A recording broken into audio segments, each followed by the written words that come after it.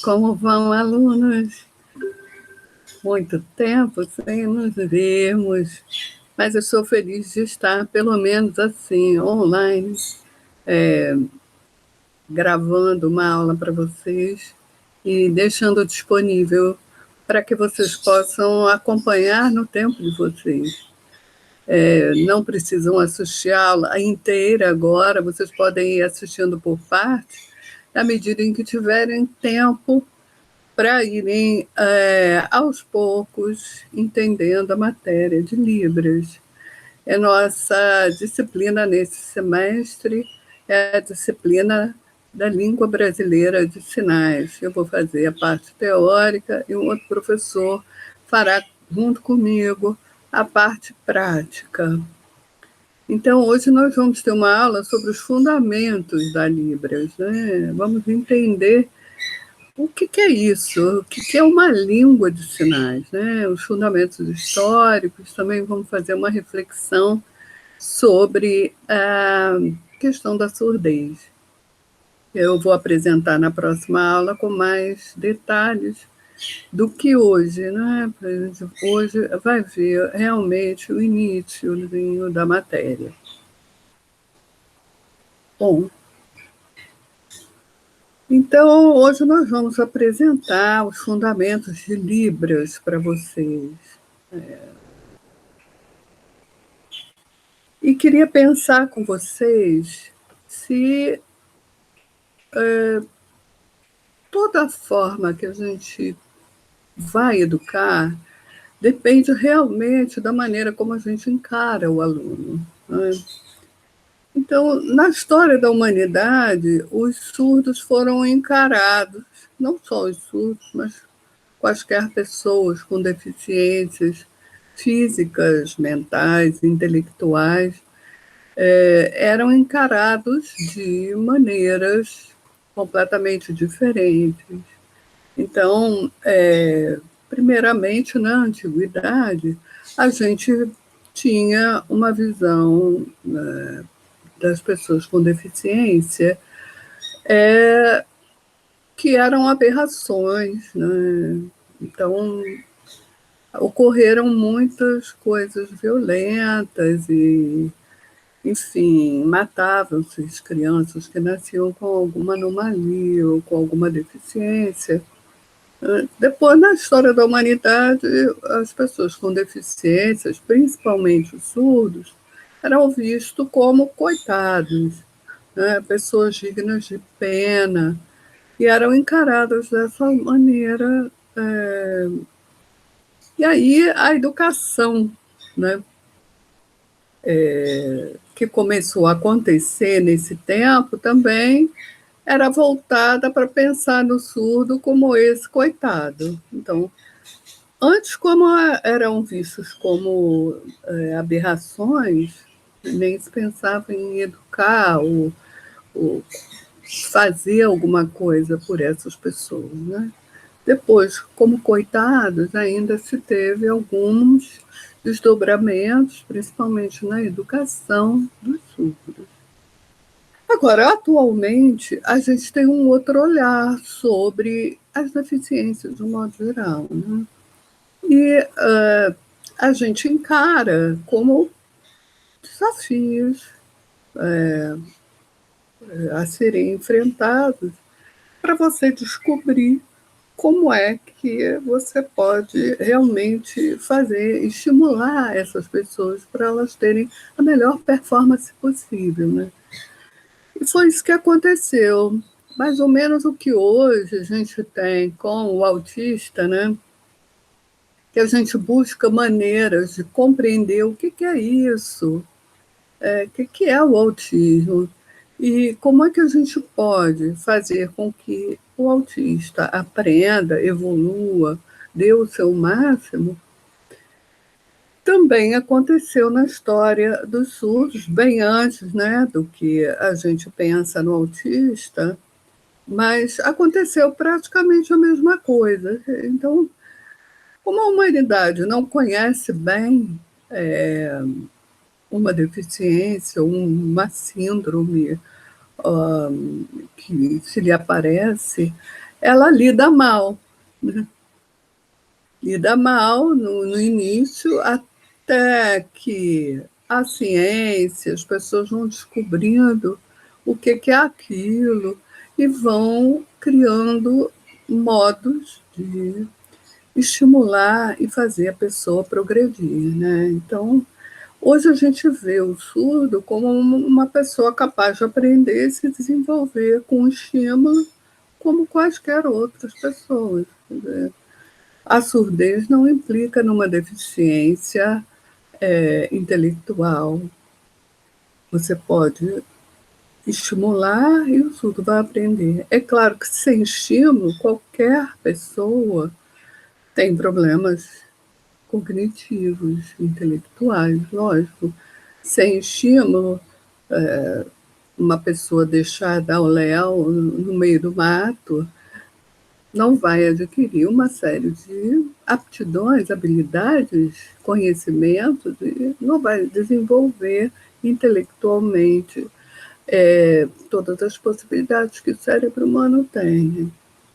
Então, hoje a gente já entende que nós temos as nossas especificidades, potencialidades e limitações, todos nós, todos nós. Eu tenho, vocês têm, cada um num grau diferente, coisas diferentes. Então, alguns não conseguem bem dirigir, por exemplo, ou o que para outros é mais fácil, alguns não conseguem desenvolver algumas habilidades do corpo, ou de arte, ou de música, ou de. Enfim. Cada um de nós tem potencialidades e limitações. Os surdos são, na verdade, pessoas com algumas limitações e outras potencialidades.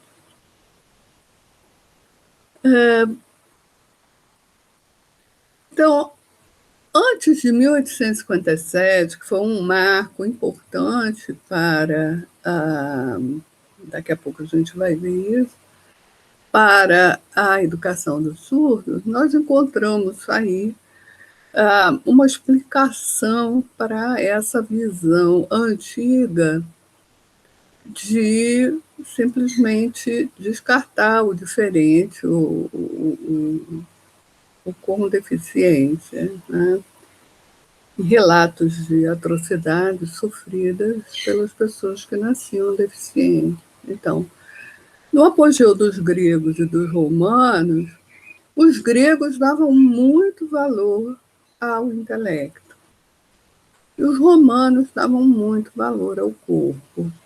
Então, sem o estímulo suficiente, os surdos não desenvolviam o intelecto, eram tidos como burros, ignorantes, idiotas, né? Mais ou menos como aconteceu em Zona, né? No filme que eu recomendei para vocês, coloquei lá no AVA, fica claro que a criança, o Jonah, ele foi mal compreendido assim que nasceu, coisa que hoje em dia já não acontece mais.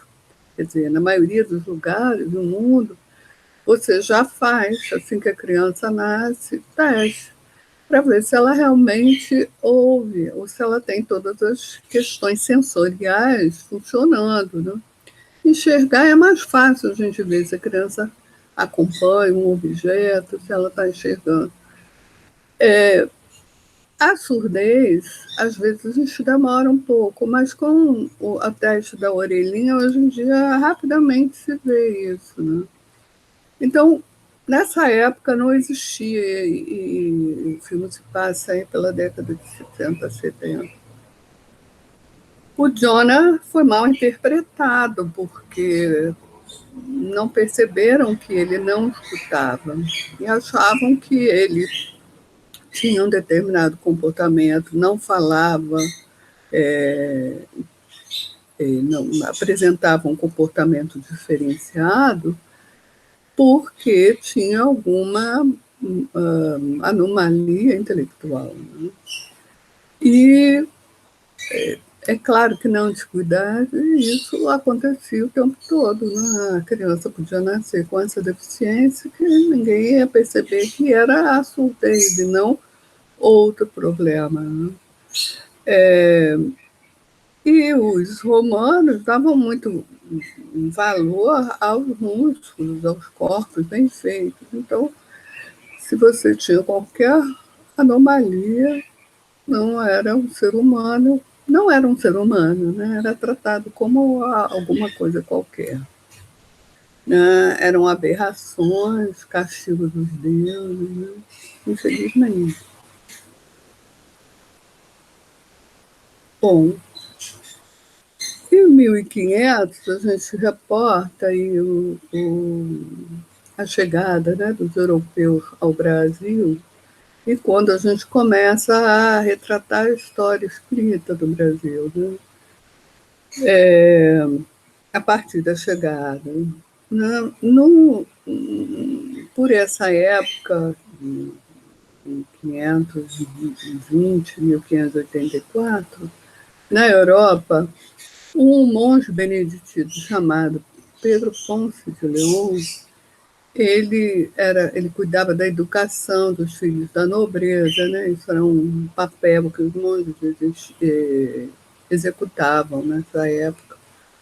E calhou dessas crianças serem surdas, e ele conseguiu, né, por conta dele, com o esforço dele, com a inteligência dele, ensinar conceitos de física, de astronomia, que assombrou todo mundo. Ele chamou a atenção para que as pessoas surdas, né, que nasciam surdas, elas podiam ser ensinadas e podiam aprender.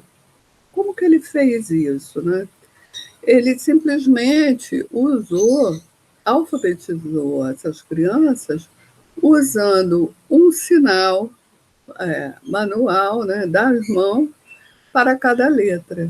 Isso é muito trabalhoso, né? Porque você ensinar a criança a ler,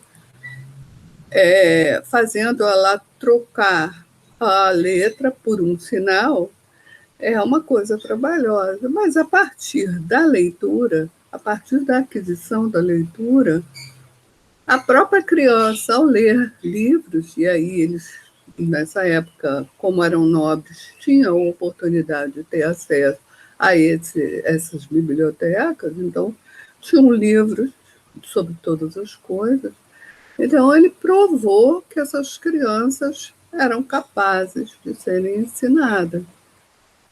Então ele fez isso na língua, né, na língua francesa, ensinando, trocando a letra pelos sinais de mão, ensinando as crianças a lerem, né? E a partir daí ele foi escrevendo e ensinando as crianças as outras coisas pela leitura, né? Esse método, esse alfabeto manual, na verdade, no ano de 1620, na Espanha, surgiu um outro trabalho, né, do Juan Pablo Bonet, Redução das Letras e Artes para ensinar a falar a los mudos. Isso também foi um outro documento, um outro momento, um outro estudo muito importante para a evolução da educação dos surdos, né? Então, ele cria, né, esse Pablo Bonet cria esse alfabeto também em língua espanhola. E aí começam a surgir esses alfabetos manuais em outras línguas também pelo mundo, né? Cada país tem seu alfabeto manual até hoje, né? O Brasil tem também o seu alfabeto manual, não é muito diferente dessa época nem dos outros no mundo, né? Esse é o alfabeto manual brasileiro, que até hoje a gente usa para quando um surdo quer dizer para um ouvinte ou para outra pessoa como é o seu nome, ele faz o nome com as letras, né? Algumas coisas ele precisa usar o, o alfabeto mesmo em letras para poder dizer como se escreve, né, a alguma coisa. Então, esse é o alfabeto manual brasileiro. Em 1750, houve um trabalho também na França do Michel Lefebvre, conhecido como um educador filantrópico, aquela visão que eu falei para vocês, né? Por essa época, o que se via, né, o que se mais se via era uma visão de o coitado, né? O surdo é o coitado, então vamos salvar o surdo, né? Ele era um abade francês e dedicou a sua educação religiosa fundando um instituto e se dedicou a fundar um Instituto Nacional de Surdos Mudos na França, cuja instituição é assumida pelo governo francês, e os métodos educacionais foram difundidos pelos mais diferentes países. Então, foi o primeiro instituto assim, voltado para a educação de surdos que surge no mundo, foi na França, né? Mas com essa visão salvadora, não a visão que a gente tem hoje, mas com essa visão salvadora. Vamos salvar o surdo da triste vida que ele leva, né?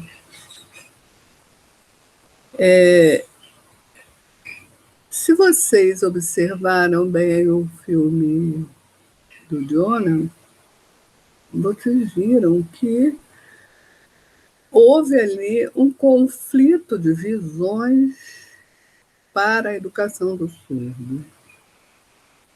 O grupo, a primeira escola que os pais colocam ele, tem aquela visão de oralizar o surdo, né?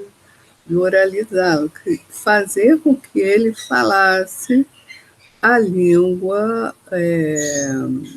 no caso do Jonah, o inglês, que passa nos Estados Unidos. Então, ele é levado a oralizar, porque o surdo pode falar, ele só não fala porque ele não ouve.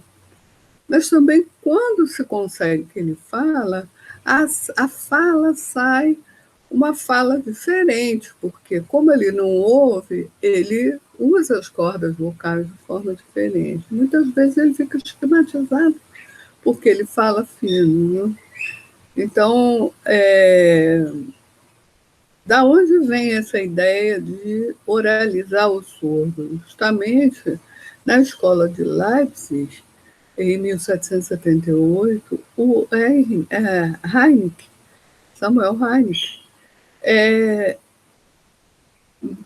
tem essas ideias, surge com essas ideias de uma educação oralista para o surdo, que rejeita a língua de sinais, essa língua de sinais que era a transformação do alfabeto em sinais manuais. E a partir de então surgem diversos outros métodos orais para a reabilitação dos surdos, focando aspectos clínicos em vez de pedagógicos, das escolas orais para surdos, cuja filosofia oralista era vigente. Então, era uma visão mais médica, né? Mais clínica, do que propriamente pedagógica. E todo o trabalho era fazer com que o surdo oralizasse, quer dizer, por meio de colocar a mão, sentir a corda vocal e tentar alfabetizar que a pessoa falasse a língua oralmente, mesmo sem ouvir.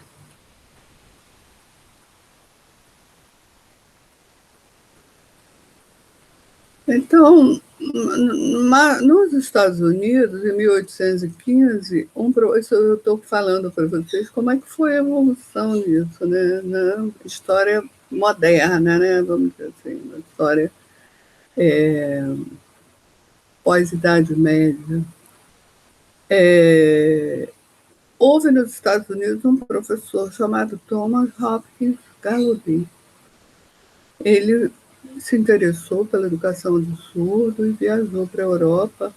Dizem que ele passou, inclusive, pela Alemanha, em Leipzig, e o Heineken não deu menor bola para ele, não conseguiu fazer contato, que foi bom, ele não aprendeu ali na Alemanha. Ele foi para a França. E aí, com o Lepé, com os alunos do Lepé, ele consegue, inclusive, um desses alunos levar para os Estados Unidos. E lá ele funda uma universidade que existe até hoje, voltada, quer dizer, só se fala lá língua americana de sinais, né? A língua do país. Todo o ensino é a primeira língua que se fala dentro dessa universidade, é a língua dos surdos americanos, né? Então, eles fundam em 1821 e foi dali, dessa visão da França, né, que não é oralizar o surdo, mas que é, através dos sinais, fazer com que ele tivesse uma comunicação, é que eles começam, então, a defender e a criar uma língua americana de sinais, língua de sinais americana. Foi a primeira língua de sinais, né, que não é só a transformação do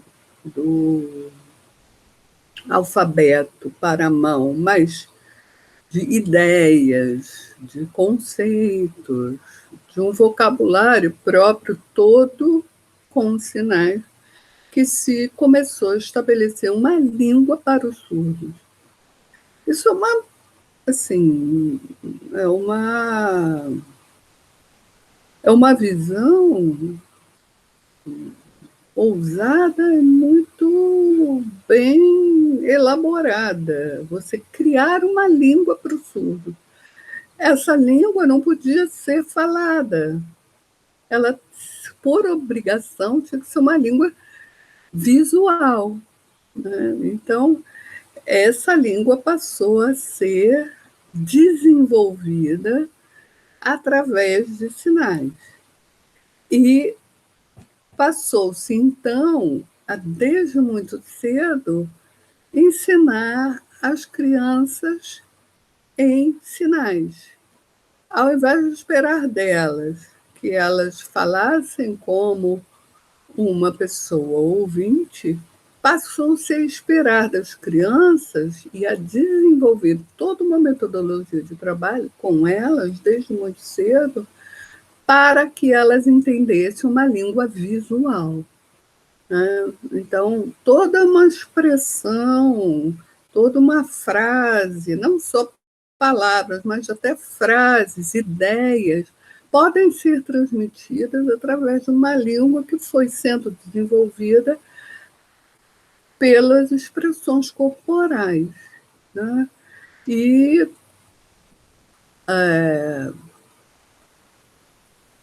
vocês vão ver o quanto essa visão foi importante para o surdo, né? Então, a língua sofre, então, uma influência dos franceses, mas é desenvolvida primeiramente nos Estados Unidos, concepção de língua.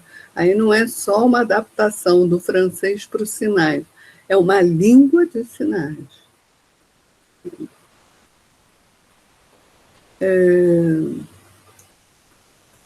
No oralismo da escola de alemã, de Leipzig, se objetivava, então, que as pessoas falassem, que os surdos falassem, usassem, e usando, logicamente, o alemão ou a sua língua, a língua de onde ele está, né? E se tornassem ouvintes, interagissem. Então, por que que isso aconteceu? Justamente porque, até hoje, os melhores aparelhos auditivos do mundo são alemães. Então, se dedicou a uma parte da indústria alemã refinada, né, a desenvolver bons aparelhos auditivos. E logo quando se percebe que as crianças não escutam, o que se faz é colocar o aparelho e estimular para que a criança ouça, ainda que não um som perfeito, né? Mas que ela possa distinguir e falar. Né?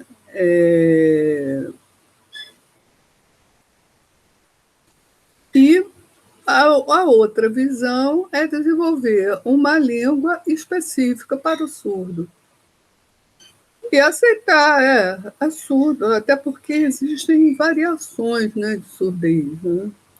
Existe o surdo total, que não tem nenhuma possibilidade, nem com aparelho, nem com um implante coclear, de ouvir alguma coisa. Né? Então, esse surdo, ele não tem a mínima possibilidade de ouvir. Agora, existem pessoas, e é um número grande no mundo, né, como eu, né, que vão perdendo a audição, ou que têm uma audição diminuída desde muito cedo, né, que são os deficientes auditivos, que têm uma baixa audição, que com o aparelho conseguem mais ou menos equilibrar e ouvir. Né? Então, assim, eu vou dizer para vocês, todos os casos são para a língua brasileira de sinais, para a gente ensinar os sinais, em todos os casos. Né? Existem N tipos de deficiência auditiva, existem N tipos também de aparelhos auditivos que podem, de certa forma, suplantar algumas dificuldades, fazer o surdo ouvir e falar. Mas o que a gente está aqui discutindo é a eficácia disso. Né? Nem sempre os aparelhos, nem sempre essas soluções fazem com que os surdos possam, ou os deficientes auditivos, possam realmente interagir com outras pessoas e se comunicar.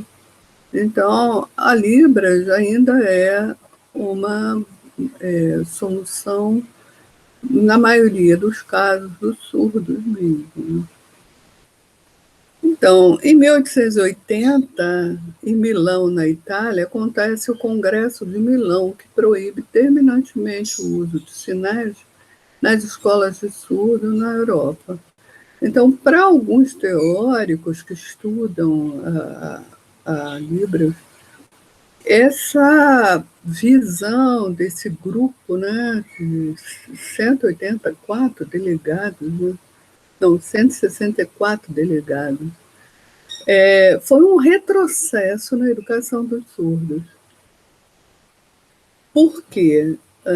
Naquela época, o Graham-Bell começou, então, a criar os aparelhos auditivos e também houve o interesse da indústria, né, por causa dos telefones, que as pessoas ouvissem e usassem cada vez mais esses aparelhos, né, tanto auditivos quanto telefônicos. Então, na verdade, foi um interesse mais comercial, que os surdos se oralizassem e pudessem falar. Né?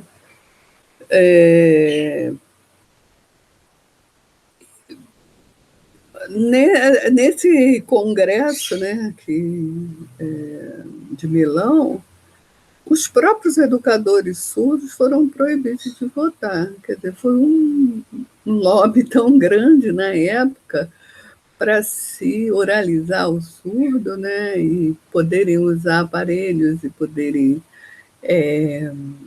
usarem o telefone, que nem deixaram os educadores falar. Foi uma coisa assim, de cima para baixo. E isso fez com que, por muito tempo, se ficasse nessa tentativa. Isso foi tão forte, né? Vocês viram no Zona o quanto ele rejeitou a oralização, né? Não conseguia mesmo, porque era totalmente surdo mesmo. Ele não conseguia se adaptar à escola que queria, porque queria que ele falasse, né? Só falasse, que ninguém usasse sinais com ele.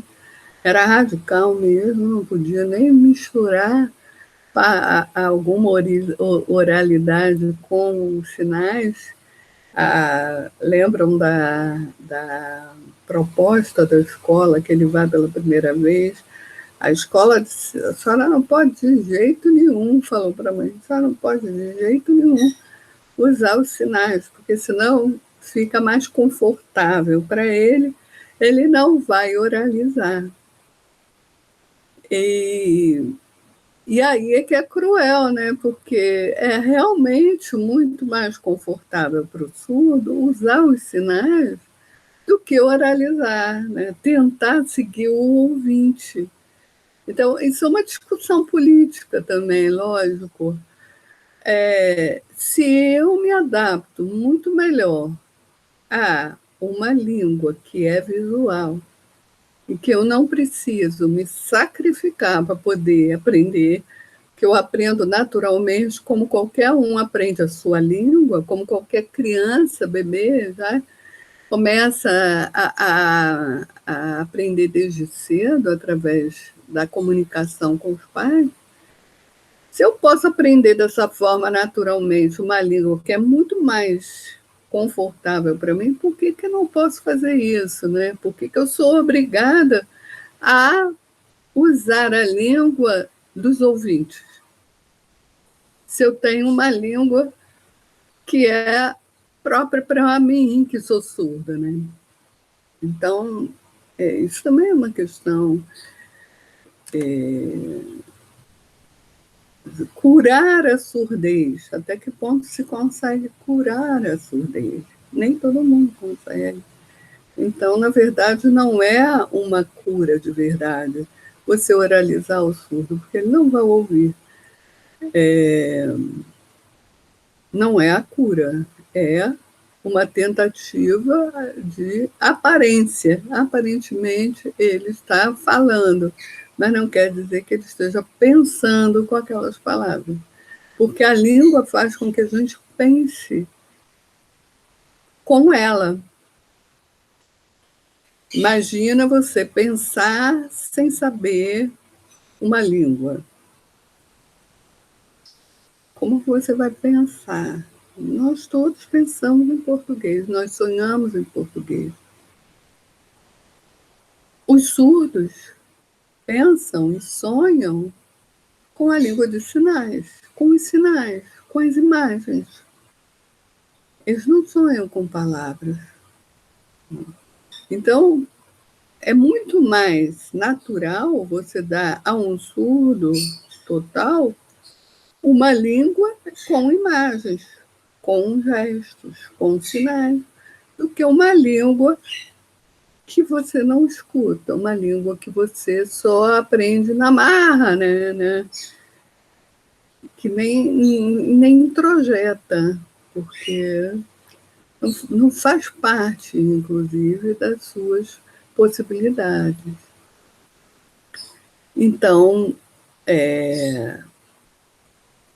Em 1960, a história nos revela uma grande descoberta que vai mudar, então, a visão de todo mundo em relação à língua de sinais. Precisou que um professor dessa Universidade da Lobby, que é nos Estados Unidos, em Washington, no Stokely, percebesse que a língua de sinais, que mesmo proibida, né, do ensino na escola, era falada pelas comunidades surdas, e vocês viram também no filme do Jonah, que uma pessoa apresenta os pais dele num clube só de surdos, né?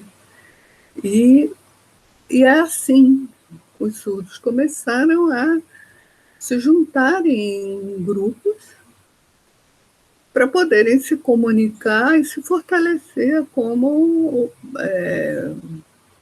vamos dizer assim, um grupo que defende os seus interesses. Então, começaram assim,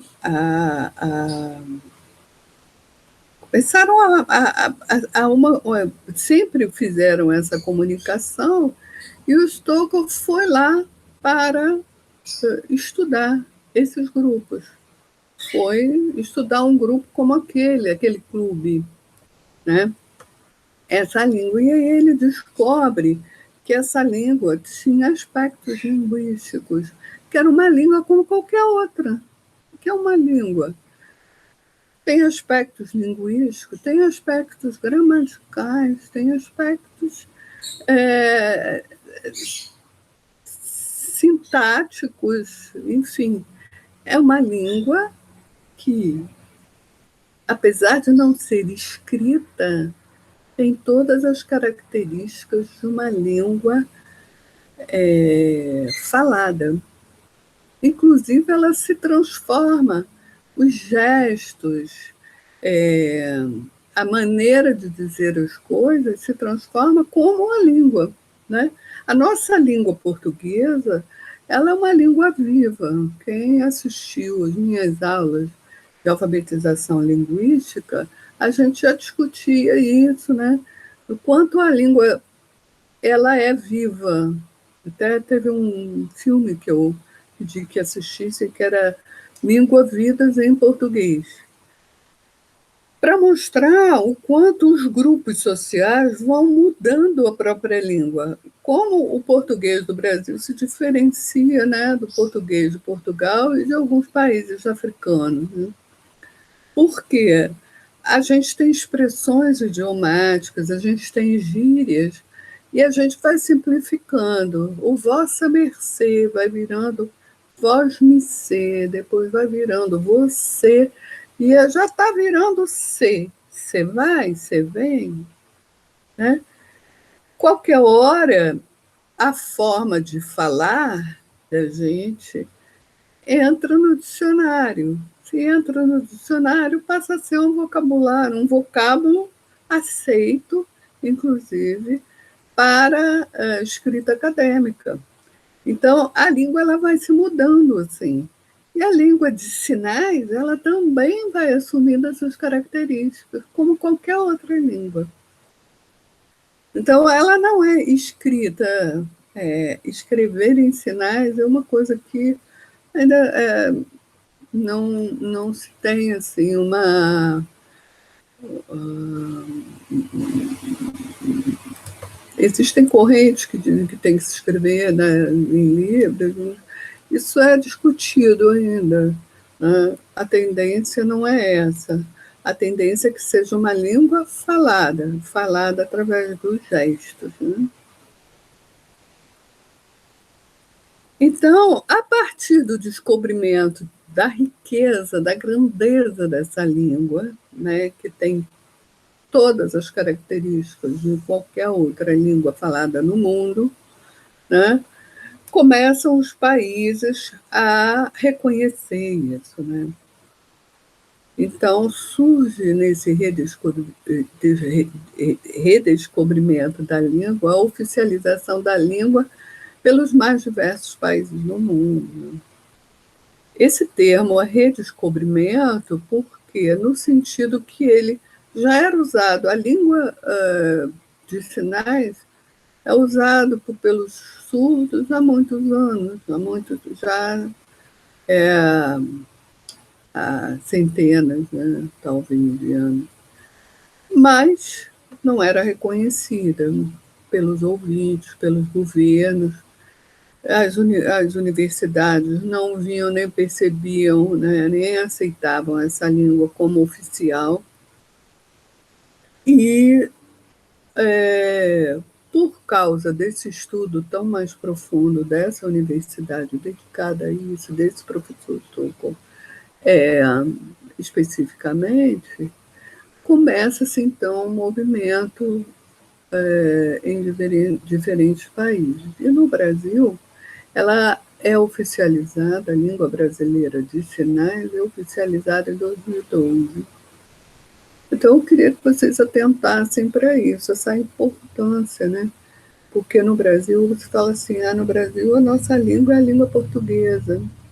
A língua oficial brasileira é a língua portuguesa. Não. A língua oficial brasileira são duas línguas que nós temos no Brasil. É a língua portuguesa e a Libras. Essas duas línguas são oficiais no nosso país. Então, assim, todo mundo acha importante aprender inglês, né? Mas a gente vive no Brasil e um número considerável, né, de pessoas surdas que usam essa língua brasileira de sinais. O certo realmente é que a gente aprenda as duas línguas que são faladas no Brasil oficialmente brasileiras. A língua portuguesa e a língua brasileira de sinais. Talvez ela seja até mais brasileira que a língua portuguesa, que ainda tem o nome de portuguesa. Mesmo com todas as variações linguísticas que nós temos aqui no Brasil. Para falar a língua portuguesa, o nome dela é língua portuguesa, não é língua brasileira, né? Então, ela é oficializada em 2012 por essa Lei 10.436. O pessoal que vai estudar melhor para fazer algum TCC nessa área, né? Então, essa é a primeira referência, né, de legislação que a gente tem. Quem vai fazer TCC nessa área é bom que leia. Isso tem no site do MEC, inclusive. Embora já fosse utilizada por surdos há muito tempo, ela foi oficializada em 2002. E hoje a gente não fala mais em filosofia educacional oralista, mas o que a gente fala muito é a necessidade do bilinguismo, dessas duas línguas serem realmente faladas no Brasil, a Libras e a língua portuguesa, na modalidade escrita. Então, o que a gente hoje defende, que os educadores defendem, é que se fale em Libras com o surdo e que ele aprenda a língua portuguesa como segunda língua. Nós falamos o português como primeira língua, como ouvintes, falamos o português como primeira língua. E Libras seria, então, para nós, a segunda língua. Para os surdos, a primeira língua é Libras. E depois ele precisa ser bilíngue para poder escrever em português.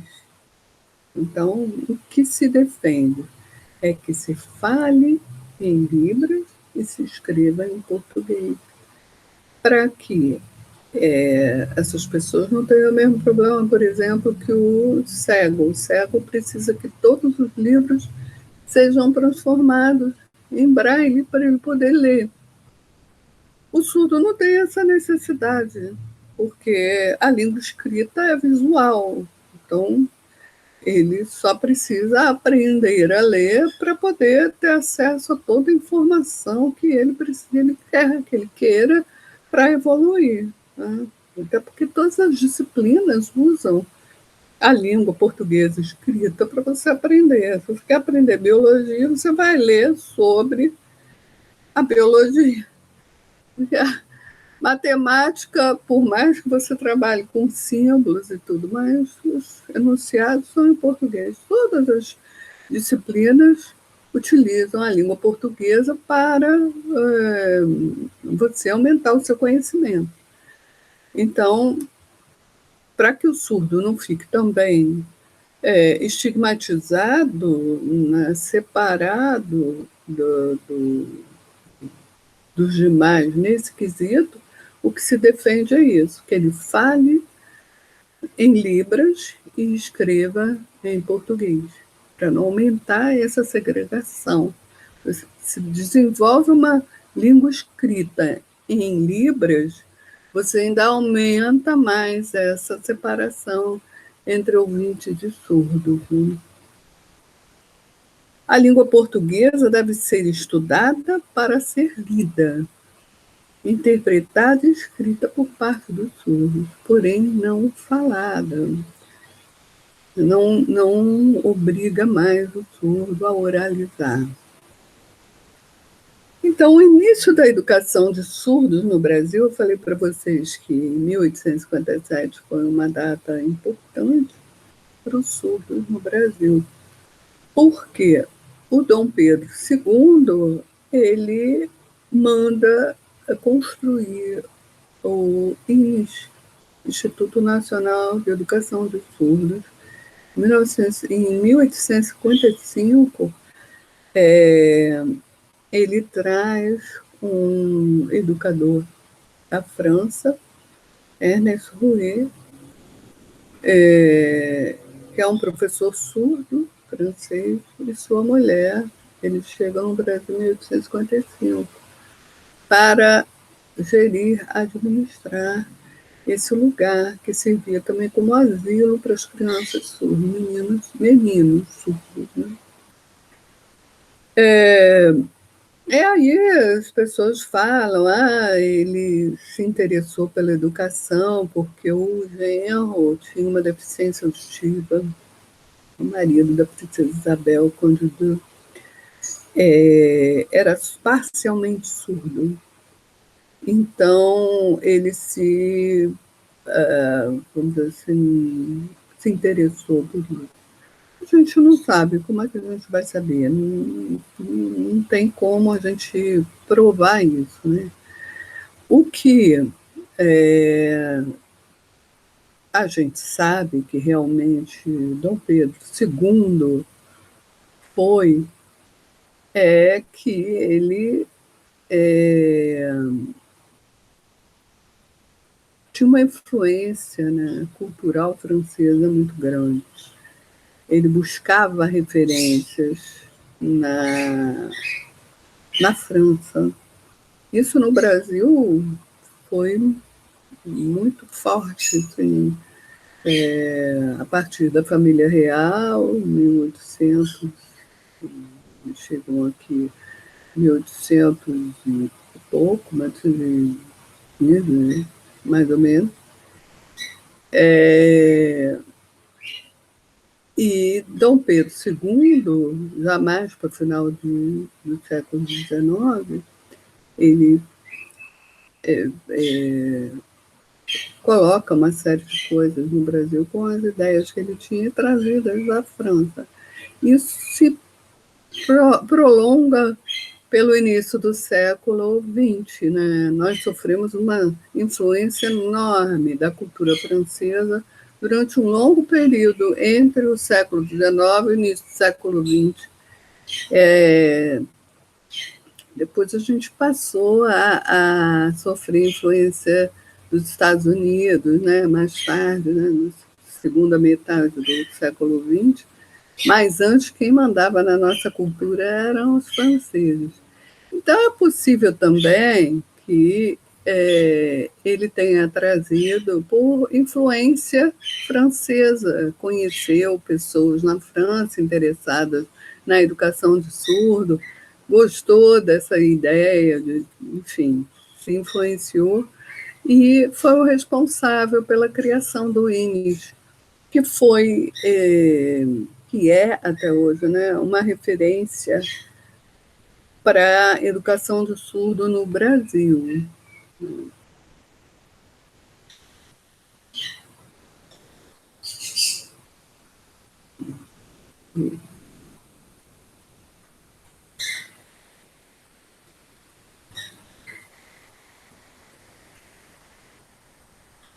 Ah, sim. Então, a escola do INES era o ponto de convergência e referência dos professores de surdos e dos próprios surdos nessa época, né? Eles usavam a língua de sinais francesa, trazida pelo Rouet, e misturavam com a existente no Brasil. Quer dizer, eles também já vinham praticando, então misturavam algumas coisas da língua de sinais francesa com o que eles já vinham praticando, né? Que usamos hoje, a língua brasileira dos sinais que nós usamos hoje, então tem uma influência muito grande da língua francesa.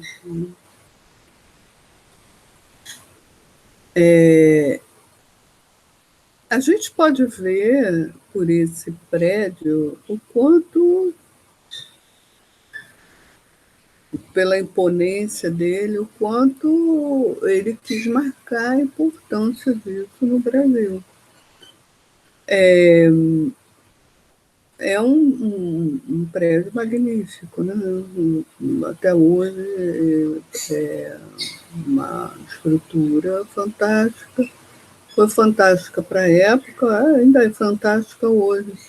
E eu coloquei no AVA o site do INES para que vocês possam navegar por ele, ver tudo que ele pode oferecer, né? Tem uma série de programas, vocês podem estudar a língua ali, tem o dicionário que transpõe da língua brasileira de sinais para o português, para vocês compreenderem melhor. E uma série de cursos, enfim, eles oferecem bastante subsídios para quem quer se aprofundar na Libras e na educação de surdos, principalmente. Bom, de lá para cá, desde a criação do INES, né, foi uma evolução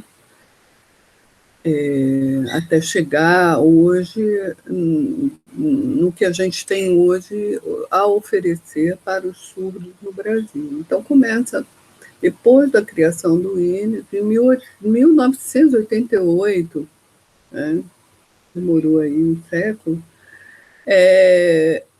na Constituição Federal são colocados artigos e na Lei de Diretrizes de Base também, que garantem às pessoas surdas o direito de igualdade de oportunidades no processo educacional. Contudo, isso, quer dizer, em 1988 a Constituição coloca isso, depois a lei, a LDB em 96 reforça, mas essas conquistas elas não são imediatas. Educação do Sul, todo mundo tem que ter Libras, todo mundo tem que saber Libras, tem que botar Libras nos cursos, né? Isso tudo é um processo, não é uma conquista fácil, não vem do dia para a noite. Isso é um processo. Mas essa Constituição e a LDB de 96, elas já abrem caminhos para o que a gente está vendo hoje de conquistas, né? A necessidade de acessibilidade foi posta nesses dois documentos fundamentais no Brasil muito claramente. Você tem que fazer a inclusão e a acessibilidade educacional para essas pessoas.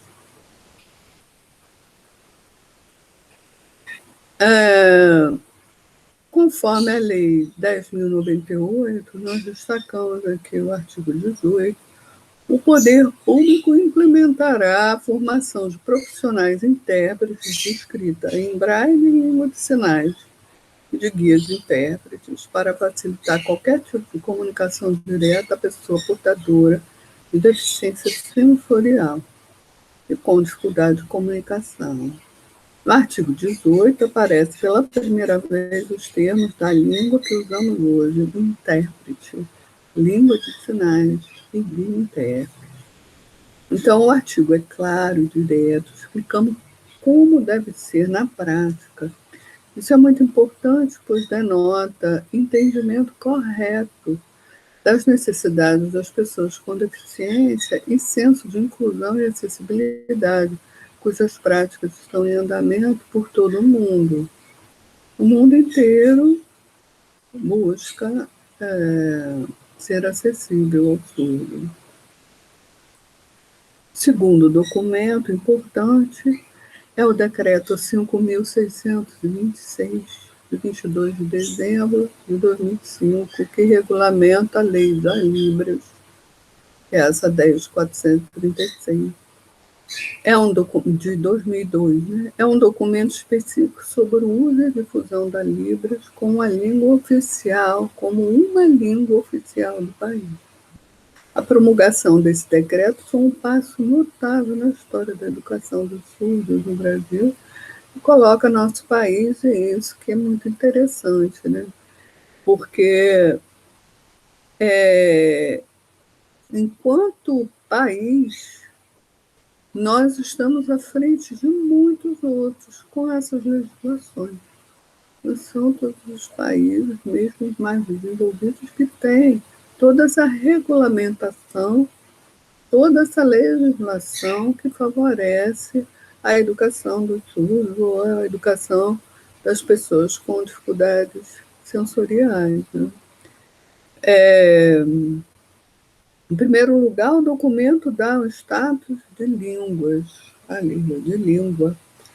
E, com isso, o governo reconhece publicamente que esta língua precisa ser pesquisada nas universidades e ministrada em cursos formais como as demais línguas orais vivas. Então, como se tem o curso de licenciatura em letras, em espanhol, francês, inglês, você tem o curso em Libras, licenciatura em Libras também. E que essa língua deve ser pesquisada, ela deve ser alvo de estudos, né, na academia. Então, você tem cursos de pós-graduação, lato sensu, estrito sensu, dentro dessa língua. Então, tanto a Lei de Libras quanto o decreto foram documentos históricos memoráveis para a educação e para a cidadania, para a cultura e identidade surda no nosso país. Identidade surda. É interessante, vamos falar sobre isso, né? Porque realmente você está falando em comunidades surdas, em língua de surdos, uma língua oficial brasileira para os surdos. Você está considerando que um outro status para essas pessoas, e não só para essa língua, mas para essas pessoas, né? Elas têm vida própria, elas têm uma comunidade própria. Enfim, precisam ser reconhecidos, né? Trata-se de uma legislação moderna, aberta, democrática e que contempla as necessidades das comunidades dos surdos brasileiros. As diversas leis brasileiras que tratam sobre inclusão e acessibilidade em todas as áreas da deficiência formam uma tessitura construída ao longo dos últimos anos que apresenta um sólido conhecimento político e social, bem como nas áreas práticas um bojo concreto de realizações. ainda que não atenda às necessidades postas, ainda que falte muito, né, para a gente poder oferecer em todas as nossas salas de aula a possibilidade de se aprender e se ensinar a língua de surdos, ainda que não atendam às necessidades, essas realizações nos colocam em patamares que atendem ao padrão universal que transcende as fronteiras dos países e unificam as pessoas.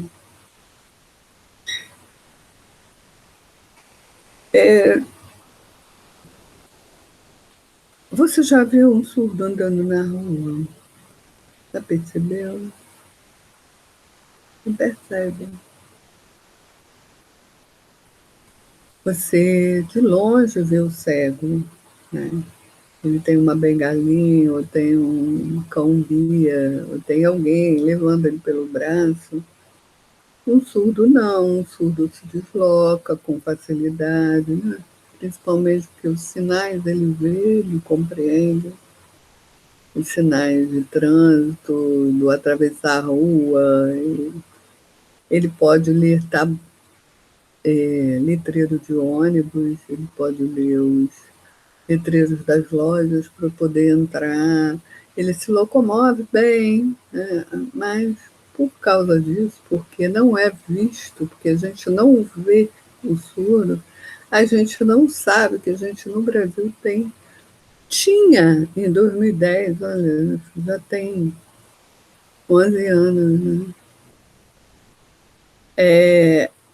9.700.000 pessoas que apresentam alguma deficiência auditiva. Com a ajuda de aparelhos ou implantes, quem tem essa deficiência pode conseguir aprimorar a sua audição. E já a surdez só poderá ser revertida caso seja tratada na infância. O deficiente auditivo também, muitas vezes, ele não precisa usar Libras, mas isso também é um incômodo muito grande, né? E que as pessoas precisam entender, que precisam dar acessibilidade. Posso falar isso em causa própria, né? É muito fácil você perceber o Hélio andando pelos nossos corredores e dar ajuda a ele quando ele precisa. Mas quando eu digo assim, ó, uma pessoa, olha, não me mande áudio porque eu tenho deficiência auditiva, manda por escrito, as pessoas não gostam, não. Mas para mim, eu odeio essa frase, gravando áudio, né? Com várias pessoas, às vezes isso acontece, eu explico e tal, elas continuam me mandando áudio. Assim, não é que eu não consiga ouvir, mas, por exemplo, tem pessoas que mandam áudios longos, e é natural que no início as pessoas, quando começam a mandar um áudio, elas estão falando alto, depois elas vão diminuindo, e quando a conversa é longa, é mais difícil elas manterem o tom. Ou quando falam muito rápido e a gente não capta muito bem, enfim. Então, é muito melhor você escrever uma mensagem, não só para não só para quem tem deficiência auditiva, não. É que quando você escreve, você é mais conciso, você é mais objetivo, você pensa antes de falar, antes de escrever, você pensa. Muitas vezes, para falar, você não pensa muito. Você joga, né? Até tem umas pessoas que começam a gravar um áudio, esquecem o que elas iam gravar. É muito engraçado isso. Então, acessibilidade é uma questão também de entendimento do outro para as dificuldades que as pessoas têm, né? Todos nós temos limitações e a gente tem que dar acessibilidade a todo mundo, né? Todo mundo tem que ser capaz de poder acessar as coisas, né? Então, eu chamo a atenção de vocês para isso, porque nós temos 2 milhões de brasileiros totalmente surdos. Pelo menos tínhamos em 2010, isso deve ter crescido bastante também. 2 milhões, totalmente. O resto dos quase 8 milhões de pessoas tem alguma deficiência, alguma perda auditiva, em algum nível de deficiência auditiva. Às vezes as pessoas não se dão conta, né? Por muitos anos eu não me dei conta de que eu já tinha uma perda auditiva, porque eu sempre fazia uma compensação e lia ao lado. Agora anda um problema sério, né? Porque com as máscaras, a leitura labial, para quem tem deficiência auditiva, não é possível. Então, tem sido terrível, né? Porque tem certos ambientes que não é bom você tirar a máscara de jeito nenhum, né? E se o outro não tira a máscara, você tem que ficar fazendo realmente gestos para poder que o outro entenda, e quem tem deficiência auditiva entenda, né? Então, eu chamo a atenção de vocês para isso, porque eu estou aqui conversando com vocês, estou falando com vocês, estou dando uma aula, vocês não vão perceber. Mas quando eu digo assim, olha, e quando eu estou numa aula online, não fala a pergunta, não, manda por escrito a pergunta. Às vezes eu não recebo pergunta por escrito, porque a pessoa já tem mais ela prefere falar. Você prefere falar, mas deve preferir falar que para a pessoa que vai te ouvir. Quem não vai te ouvir, é melhor que você escreva, porque visualmente é muito mais fácil para o deficiente auditivo poder ler e poder falar, né? Ele domina a fala, claro. Então, eu quero que vocês olhem bem essa imagem. Provavelmente no meio dessas pessoas aí tem gente que não ouve nada, ou gente com deficiência auditiva. E, na verdade, como é que você vai saber? Né? Então, hoje, você tem, inclusive nos órgãos públicos, eu fui, antes da pandemia, eu estive na Alerj, num ato solene lá, e o som do evento não estava legal. As pessoas discursavam e eu não ouvia bem, não discriminava bem, porque eu não discrimino, não diferencio alguns fonemas na minha escuta. Então, eu não entendia, mas tinha uma pessoa transmitindo o que estava se falando em Libras. E aí é que eu pensei, poxa, se eu soubesse Libras, eu estava entendendo todos esses discursos aí, eu não estava incomodada aqui, eu simplesmente olharia para a pessoa fazendo o discurso. Isso seria muito mais confortável para mim, né, saber Libras. Então, nos ambientes já oficiais, vocês veem os pronunciamentos aí do presidente, tudo, tem sempre um intérprete de Libras falando, né, para os surdos. Isso é muito importante para o surdo, né? Poder se inserir socialmente, se sentir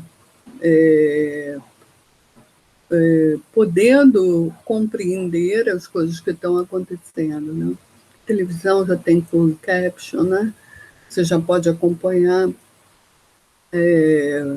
repórteres, essas coisas.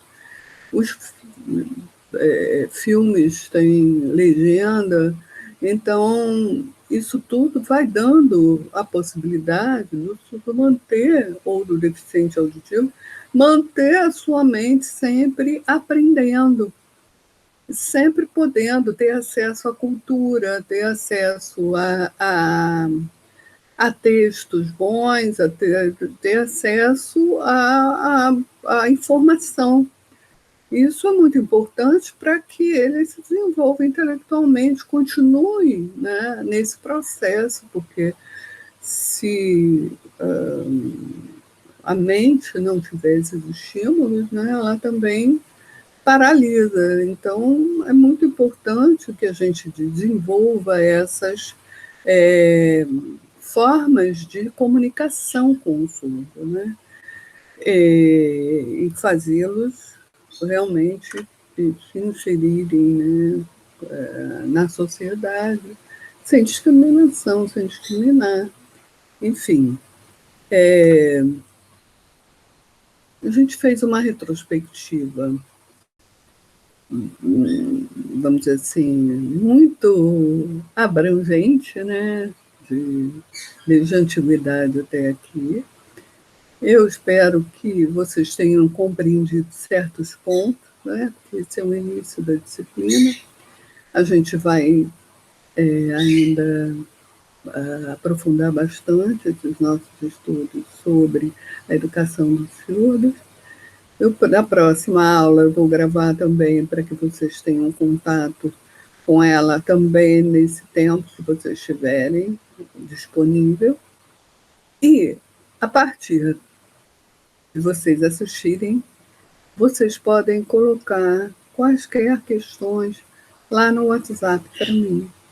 Ah, Cátia, eu fiquei com uma dúvida, você falou uma coisa, eu não entendi bem. Enfim, a partir da assistência dessas nossas colocações, vocês vão colocando no tempo de vocês as perguntas de vocês. E eu vou procurando responder no meu tempo também. O importante é a gente ir adquirindo essa visão de como podemos contribuir e educar os alunos com deficiência auditiva, com surdez. Ok? Então, eu espero vocês na próxima aula. Um abraço a todos, beijo no coração.